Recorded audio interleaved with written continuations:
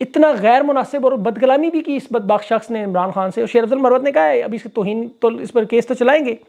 سرکاری افسران قلم کی نوک پر جس طرح 80,000 کو 8,000 1 لاکھ کو 10,000 بناتے رہے, یہی وہی لا قانونیت کا مظاہرہ ہے. یہ زمینی خدا بنے ہوئے چھوٹے چھوٹے فرعون, چھوٹے چھوٹے نمرود, چھوٹے چھوٹے شداد, ہر جگہ, بلکہ چھوٹے چھوٹے یزید بھی, یہ بدمست ہاتھی ہیں اس وقت, آئین اور قانون کو اپنے پاؤں تلے روند رہے ہیں. ایک طرف وہ نگران وزیر اطلاعات سولنگی کر رہا ہے پریس کانفرنس کے دین کے ساتھ انتشار کی اجازت نہیں, لیکن سوشل میڈیا پہ کہتا ہے جو لوگ ذمہ دار ہیں نے نہ روکا تو ریاست پاکستان ایکشن لے گی. اور دوسری طرف جیل کا افسر کہہ رہا ہے میں عدالت و حکم نہیں مانتا, جج کے لکھے ہوئے احکامات میرے بوٹ کی نوک پہ ہیں. اب جس ملک میں 2 قانون ہوں, طاقتور کے لیے اور مختلف کے لیے, کمزور کے لیے مختلف, تو اس ریاست میں پھر عام شہری قانون کو واقعی جوتے کی نوک پہ رکھے گا. پھر یہ جو JITs بنے گی, یہ رپورٹس بنے گی, انہیں بھی لوگ جوتے کی نوک پہ رکھیں گے کہ ایک سرکاری افسر اگر کر سکتا ہے تو وہ کوئی آسمان سے اترا ہوا اوتار تو نہیں کہ اس پر قانون لاگو نہیں ہوتا. عام شہری پر قانون کیسے لاگو ہوگا؟ اور جو جمہوریت اور آئین کی آزادی اظہار رائے کی بات کریں, اب یہی قانون اگر مولانا فضل الرحمان پر لاگو نہیں ہوتا, وہ تو کھل کے کہہ رہا ہے وردی سے عزت نہیں ہوتی, کردار سے عزت ہوتی ہے, دفاعی قوت سیاسی قوت بنے تو تنقید کریں گے. یہ فضل الرحمان صاحب کہہ رہے ہیں انتخابات, وہ تو کہہ رہے ہیں کہ اسٹیبلشمنٹ نے 75 سال کی کرپشن کے ریکارڈ توڑے ہیں, اور اگر انہیں اجازت ہے کھل کے اس طرح بولنے کی تو پھر پورے پاکستان کو اجازت ہونی چاہیے. یہ کوئی اوپر سے تو نہیں اترے لوگ. دیکھیں ظلم سہنے والا ظالم کا ساتھی ہوتا ہے. اگر آپ نے ظلم سہ لیا تو اس کا مطلب ہے آپ ظالم کے ساتھ شریک ہو چکے ہیں. اچھے قوانین کا یہ غلط استعمال کرنا ان قوانین کو نقصان پہنچاتا ہے. لوگوں نے آگ کا دریا پار کر کے ووٹ دیا, حقیقت میں انتہائی مشکلات میں جان و مال و عزت کی قربانی دے کے ووٹ ڈالا, اس کا تحفظ کیا. یہ چند بیوروکریٹ 50,000 کی تنخواہ پر ملازم, اور وہ بھی آپ کے ٹیکس کے پیسوں سے ڈالے ہوئے آپ کے ووٹ اٹھا کے دے دیں کسی اور کو, جمہوری حق چھین کے ڈاکوؤں اور لٹیروں کو دیں, اور پھر کہیں کہ انصاف چاہیے تو کسی ڈاکو کے پاس جاؤ, کسی چور کے پاس جاؤ, اپنا مال چھڑا سکتے ہو تو چھڑا لو, اور اوپر سے لائیو کیمرہ لگا کے اس کی کوریج بھی کرنا شروع کر دیں. اور جب آپ اس پہ رونے کی کوشش کریں تو آپ کو رونے بھی نہ دیں, احتجاج بھی نہ کرنے دیں. مطلب ان لوگوں کو دیکھیں جن کی کونسلر بننے کی حیثیت, میں دعوے سے کہتا ہوں شہباز شریف, مریم نواز, حمزہ شہباز سمیت یہ تمام لوگ غیر قانونی, غیر آئینی, غیر جمہوری, غیر اخلاقی طریقے سے حکومت پر قبضہ کریں. یہ تو کونسلر بھی نہیں بن سکتے. عوام کا مینڈیٹ انہوں نے چھینا. دستور پاکستان کا قانون کیا کہتا ہے؟ ایک مقدس ضمانت ہے ووٹ, جو اختیارات اور اقدار کو جمہور کے منتخب نمائندوں کو کے ذریعے استعمال کریں. یہ منتخب لوگ ہیں. انہوں نے مقدمات کرنے ہیں. ڈاکٹر یاسمین راشد پر ایک مقدمہ ایک اور کر دیا. پاکستان کی خواتین پر ماورائے قانون سلوک ہو رہا ہے. قانون بالکل ختم ہو چکا ہے. یقین کریں یہ لوگ تو مانتے ہی نہیں. رجیم چینج سازش ورنہ کی, اسے پکڑتے باجوہ کو.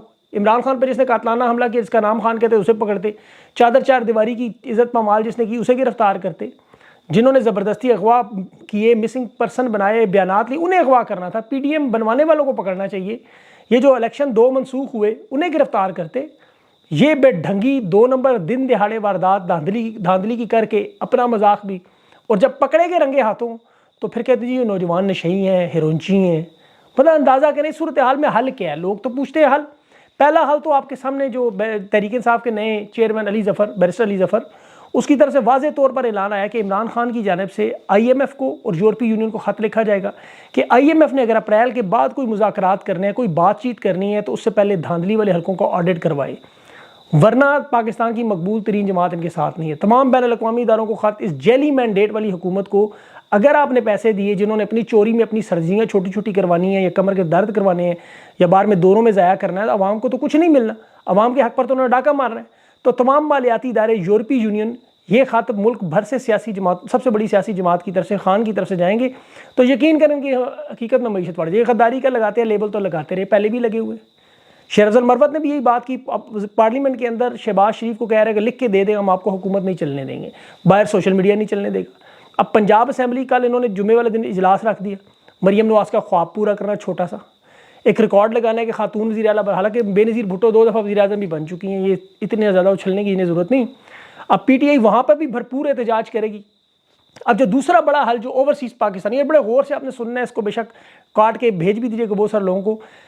ووٹ جو حق پہلے اوورسیز پاکستانی نے چھینا, اب وہی ان کے گلے کی ہڈی بنے گی. ان کے اوورسیز پاکستانیوں فورم پر بہت ساری مزاحمت کی اور 10 نکاتی ایجنڈا سامنے آ رہا ہے. دیکھیں 24 کروڑ پاکستانیوں کی نظر اس وقت اوورسیز پاکستانیوں پہ. یہ بہت بڑا معاملہ ہے. پاکستان 5واں لارجسٹ کنٹری ہے دنیا میں. یہ حالات تبدیل اوورسیز پاکستانی کر سکتے ہیں. یہ 10 پوائنٹ جو مختلف فورمز پہ آ رہے ہیں وہ میں آپ کے سامنے اگر رکھوں تو آپ کو اندازہ ہو جائے گا کہ یہ بہت کچھ کر سکتے ہیں. دیکھیں سب سے پہلے تو یہ پاکستان میں جو فورن ریمیٹنس بھیجتے ہیں وہ کم کریں. اپنا دوسرا جو اہل خانہ کو جو پاکستان میں موجود ہیں ان سے کہیں گھر بار کو اپنے بیچ کے جو گزارا کرنا ہے کچھ مہینے برداشت کر لیں، وہ اتنا گزارا ہو سکتا ہے۔ تیسرا یہ کہ پاکستان میں اب کسی قسم کی سرمایہ کاری نہ کریں، ڈی ایچ اے میں جو ان کے گھر بنے ہوئے ہیں ان کو بیچیں، مناسب قیمت ملتے ہی فروخت کریں اور وہ سرمایہ فوراً دوسرے ممالک میں منتقل کریں۔ اب یہ چوتھا پوائنٹ ہے ان کا جی کہ جو پاکستان میں پیسے مجبوراً بھیجیں وہ بھی بینکوں کے ذریعے سرکاری سسٹم میں نہ بھیجیں، بینکنگ چینلز کو دے کے ان کو نہ بھجوائیں، سرکاری ذرائع استعمال نہ کریں۔ پانچواں ان کا جو پوائنٹ ہے جی کہ جو مصنوعات پاکستان کی موجودہ حکومت کی طرف سے بنائی جا رہی ہیں، ویسے تو ہے کچھ بھی نہیں، میڈ ان پاکستان کے نام سے بہرحال جو آ رہی ہیں ان کا مکمل طور پر بائیکاٹ کر دیں، کپڑے، چاول، آٹا، گھی، تاکہ انہیں نقصان ہو۔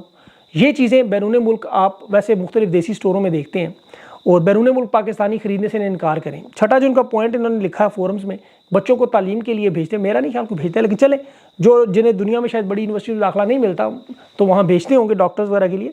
اب ساتواں جو الیکشن کا سال ہے، امریکہ میں، برطانیہ میں، یورپ کے مختلف ممالک میں، دیکھیں یورپی پارلیمنٹ کے الیکشن ہے 6 سے 9 جون 2024، اب سے 3 مہینے بعد۔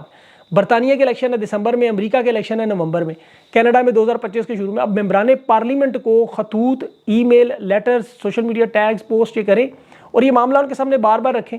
آٹھواں، جب انہوں نے موجودہ رجیم کے جو لوگ ہیں ان کے نمائندے دنیا کے ترقی یافتہ ممالک میں جو آئیں گے تو ان کے خلاف احتجاج کریں۔ نواں، جو ریٹائرمنٹ کے بعد جو فرار ہو کے ان ممالک میں شہریت لینے کی کوشش کرتے ہیں ان کی بھی مذمت کریں جگہ جگہ۔ اور 10واں جو تھا سوشل میڈیا پر باقاعدہ مہم جاری رکھیں، خطوط لکھیں، لیٹر لکھیں، جس طرح بھی ان کی سیاسی جرائم ہیں وہ تمام اپنے ممالک کی پارلیمنٹ میں اداروں کو بتائیں تاکہ یہ لوگ ان ممالک میں نہ آ سکیں۔ ان کا منصوبہ یہ ہے، اگر دیکھیں یہ انہوں نے کچھ مہینے بھی اگر کیا تو یہ آئی ایم ایف سے زیادہ طاقتور ہے۔ دیکھیں آئی ایم ایف تو 3 سال میں 6 ارب دیتا ہے نا، یہ اوورسیز پاکستانی ہر سال تقریباً 30 سے 35 ارب، عمران خان کے دور میں تو 36 ارب تک جاتا تھا۔ یہ حکومت اپنے گھٹنوں پر لا سکتے ہیں، انٹرنیشنل میڈیا کو بھی بھیجیں، تمام اداروں کو مسلسل حقائق سے، دستاویزات سے، اور بہت سے ممالک میں دیکھیں اب یہ منصوبہ بن رہا ہے کہ وہ بھوک ہڑتال بھی کر سکتے ہیں اپنی پارلیمنٹ کے باہر، باقاعدہ طور پر بائیکاٹ کر سکتے ہیں۔ یہ قانونی اور جمہوری انداز میں آپ کا رجسٹرڈ احتجاج ہے۔ اب عارف علوی صاحب کی بات کروں تو ان کی حامد خان کے گھر ہنگامی ملاقات، بڑی اہم ملاقات ہے۔ صدر مملکت شاید جانے سے پہلے خان کے کیس ختم کرنا چاہتا ہے اور اسے پتہ ہے خان ایک دفعہ اشارہ کر دے تو وہ خان کے کیس سارے ختم کرے، لیکن میرا نہیں خیال خان ایسا کرے گا کبھی بھی۔ صدر مملکت کے انتخاب میں ان لوگوں نے بھی سینٹ سے پہلے کروانے کا فیصلہ کیا ہے، 8 مارچ کی تاریخ ہے اس میں بھی، اور اس کے بعد جو ہے آصف زرداری صدر بننے کی دوڑ میں سب سے آگے ہے اور وہ لگتا ہے آتے ساتھ مفاہمتی پالیسی میں سب کو شاید آزاد کر دے، یہ میں آپ کو خبر بھی دے رہا ہوں۔ اور سینٹ کے 15 سے 16 کے جو معاملات ہیں وہ شروع ہوں گے، سینٹ کے معاملات۔ اب صدر کی کوشش ہے اپنے نام سنہری حروف میں لکھوائے، لیکن میرے خیال دیر ہوگی یا خیر خان اس کی بات کبھی تسلیم نہیں کرے گا۔ اب یہ لوگ عمران خان کو زبردستی بنی گالا شفٹ کرنے کی کوشش بھی کر رہے ہیں تاکہ ڈیل کا تاثر دے، جی خان سے ہماری بات ہو گئی، جو پھر بشرا بی بی کے ساتھ جو سلوک ہو رہا ہے اسی طرح کا سلوک کریں، اسے توڑنے کی کوشش کریں تاکہ وہ ان کی جو بنائی ہوئی حکومت ہے اس کے لیے احتجاج نہ کریں۔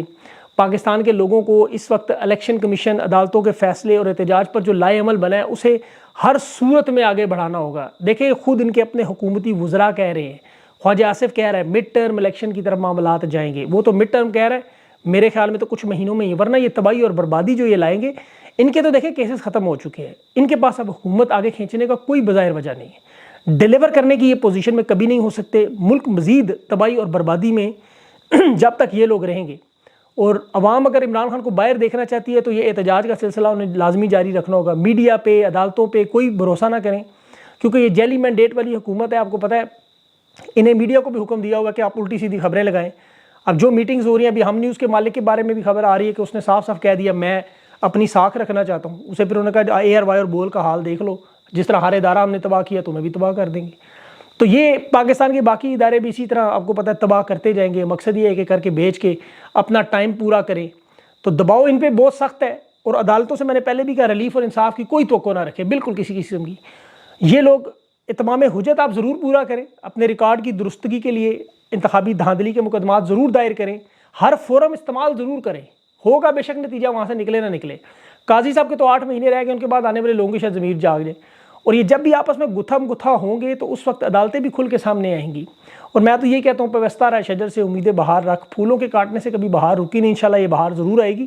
آپ لوگوں کی محنت البتہ تھوڑی زیادہ بڑھ گئی ہے، اب تھوڑی جان ماریں، اب ہاتھی نکل چکا ہے، صرف دم پھنسی ہوئی ہے، اس کو دھکا مار کے بس نکال دیں انشاءاللہ، اس کے بعد سارا معاملہ ٹھیک ہے۔ اپنا خاص خیال رکھیں۔ ابھی انٹرویو میرا نعیم پنجوتا اور سائرہ بانو صاحبہ ہیں جی ڈی اے کی، تو ان کے ساتھ یہ بہت سارے معاملات ڈسکس کرتے ہیں، وہ ضرور چیک کیجیے گا۔ اپنا خیال رکھیں، مجھے اجازت دیں، اللہ حافظ۔